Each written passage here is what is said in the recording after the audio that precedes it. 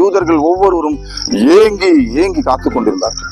ஒவ்வொரு நாளும் பொழுது போகும் பொழுது ஒவ்வொரு யூதனும் தன் இருதயத்தில் எண்ணுவானா, நான் என்றைக்கு என் தேசத்திற்கு போவேன் என்று சொல்லி. ஒவ்வொரு தகப்பனும் தன்னுடைய மகனிடத்துல நாம் சீக்கிரத்துல நம்முடைய சுய தேசத்திற்கு போவோம் என்று தன் பிள்ளைகளுக்கு நம்பிக்கை ஊட்டுவார்களாம். எனக்கு அன்பான சகோதரர்களே, சகோதரியர்களே, தேவன் அவருடைய கனவுகளுக்கு ஒரு வழிவகை செய்தார். அதாவது 1914ஆம் ஆண்டு உலக மகா யுத்தம் உண்டானது.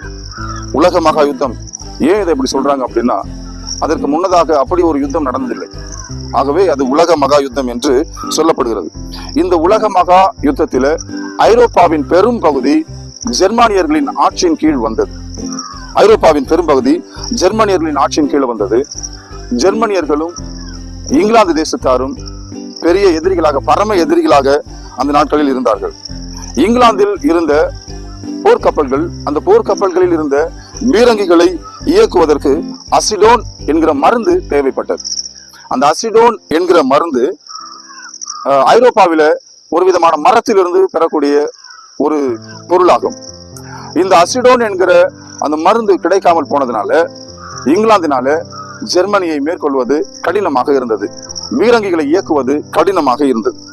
அந்த நாட்களில இங்கிலாந்து தேசத்துல டாக்டர் சைம் வைஸ்மேன் என்கிற ஒரு யூத ஆராய்ச்சியாளர், அவரிடத்துல இங்கிலாந்து அரசாங்கம் உதவி கேட்கிறது. அப்பொழுது அந்த இங்கிலாந்து அரசாங்கத்திடத்துல அந்த டாக்டர் சைம் வைஸ்மேன் என்கிற அந்த யூத விஞ்ஞானி, ஒரு தொழிற்கூடமும் போதுமான அளவுக்கு எனக்கு சோளமும் கிடைத்தால் நான் நீங்கள் எதிர்பார்க்கிறது அந்த அசிடோன் என்கிற மருந்தை தயாரித்து கொடுக்க முடியும் என்று அவர் சொல்ல, அவருக்கு தொழிற்கூடமும் போதுமான அளவு சோளங்களும் அவருக்கு வழங்கப்பட்டது. எனக்கு அன்பான சகோதரர்களே, இதன் நிமித்தம் இந்த வைஸ்மேன் இவருடைய உதவினால, இவருடைய கண்டுபிடிப்பினால அந்த அசிடோன் என்கிற மருந்தை கொண்டு இங்கிலாந்து ஜெர்மனியை ஜெயித்தது. பீரங்கிகளால் தாக்கி ஜெர்மனியை ஜெயித்தது. ஹல்லேலூயா. அன்புக்குரிய சகோதரர்களே, இதற்கு நன்றி கடனாக 2/11/2017 அதற்கு முன்னதாக, அந்த 2017க்கு முன்னதாக அந்த போரில் வெற்றி கிடைத்ததற்காக வைஸ்மேனுக்கு இங்கிலாந்து அரசாங்கம் ஏதாவது செய்ய வேண்டும் என்று அவங்க விரும்புறாங்க. ஆகவே வைஸ்மேன் இடத்துல கேட்கிறாங்க, நாங்க உங்களுக்கு என்ன செய்யணும், ஏதாவது உங்களுக்கு திரும்பி செய்யணும், நீங்க செஞ்ச காரியம் பெரியது என்று சொல்றாங்க.